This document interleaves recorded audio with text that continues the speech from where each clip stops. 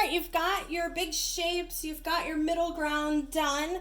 Now it's time to move to your foreground. I really like to show some examples of students who have really done a nice job with their foreground and getting lots of detail. So this is a really cool example. You can see all of the detail in the bottom here. This is kind of getting toward that foreground. I'll lift it up so you can see it a little bit better.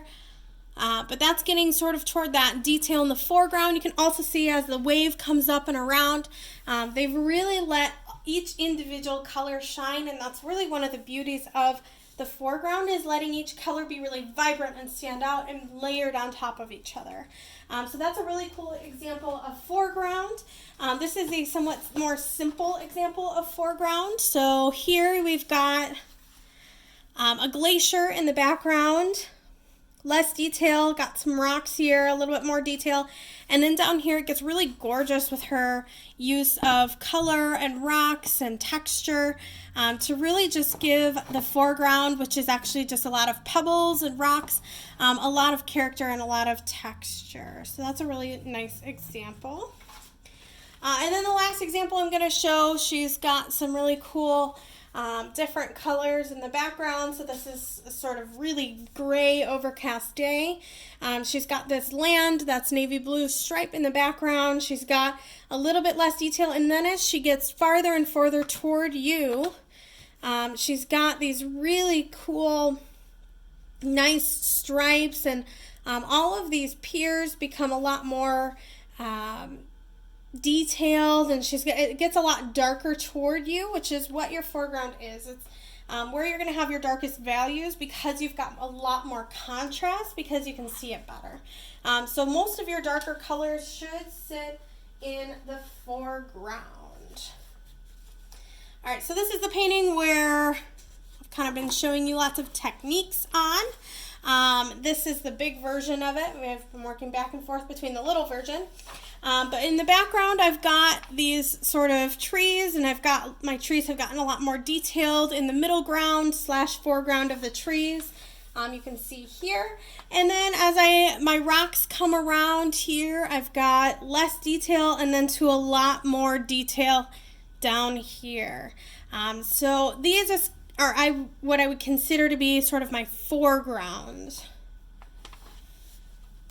So for my foreground, I've got kind of this big rock. It's not done, but it has a lot more detail to it. For my foreground, I'm going to pick out a couple rocks. I don't have to do all of them the same way. But what I'm doing is I'm going through and I'm picking out a couple that I think are really important in my picture. So I'll leave my picture here. So I kind of feel like, let's see. This rock right here is pretty important. It kind of ties in with this rock right there. And then I've got one right next to it that's a lot more gray. So maybe I'll kind of start with those two. On my palette, I've got black and gray mixed together, but remember that you can use complementary colors to make black. You can also use all of the primary colors to make brown, and then you can mix them together for that brownish gray. I've also got this sort of burnt sienna down in the corner. What that is brown mixed with a little bit of red and a teeny tiny bit of yellow. So it's just sort of like a red brown. So if I'm working on this rock here, this more gray rock, I'm going to use a clean brush and I'm going to get into my brown gray. And I'm using a lot less water because I don't want it to spill all over. As you get toward your foreground, you're going to be using a lot less water. And I'm giving it some sharper lines. So I want it to be a little bit more detailed. This is where my kind of values come into play.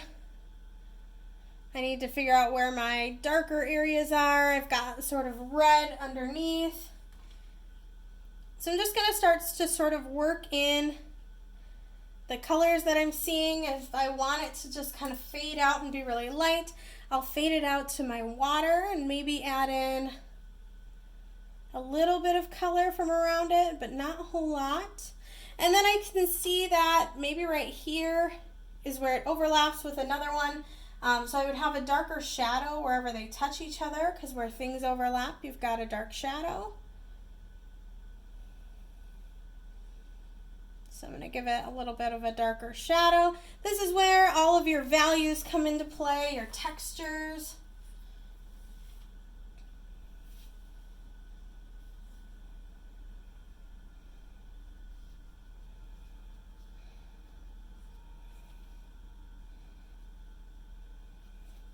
There we go.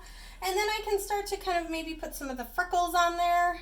Or I can wait for it to dry. So while I'm waiting for that to dry, I might jump to the rock sort of above it. And that rock I can see has got this sort of dip in it.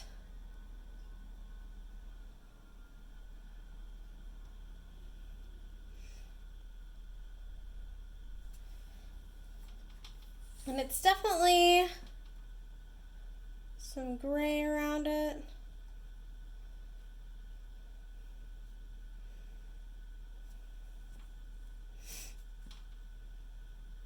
And it kind of coordinates with this rock over here. So I'm gonna incorporate a lot more red into it and that burnt sienna.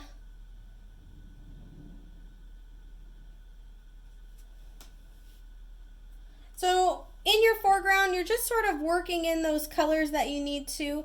If you don't have a lot of colors left or you're really struggling, think about it more as you've got a lot less variance in values in the back. And in the front, you've got a ton of variance. So this is where you're really going to punch up your level of detail. So even if you've only got kind of one color and you're doing a sort of monochromatic one, this is where you're also going to be putting a lot of different values into it. So it doesn't have to be that you're, you have to have a million colors. This is really where your details are coming into play. So you're varying those levels of detail. You're letting them overlap. You're letting them kind of be themselves here.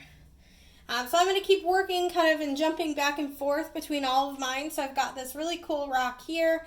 I do see that maybe it needs a couple more freckles in this burnt sienna on this corner. So I'm going to start adding in those little freckles. In my foreground, I really just use my small brush to give it the details.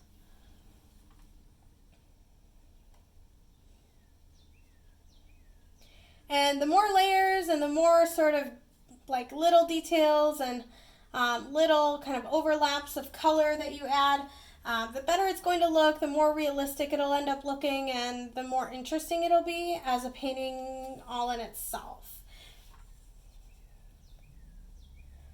Sometimes I like to mix my colors and go back in, and if I'm working with one color, I'll go into all the rocks that have that color and start sort of adding it like I am with this burnt sienna here. And if I use a sort of dry brush technique, I can get this really cool rock texture right on top, which you can see sort of at the top of the screen. And that I'm getting because I didn't do a whole lot of water on top. It's just kind of picking up texture in the paper, and it ended up looking like a rock. So, foreground, you're using a small brush. You're using a lot more detail. That's where you're really pumping up the shadows and the contrast in your painting. And then you can go back through and you can add in all the other details. You can add in anything else that's sort of in your foreground.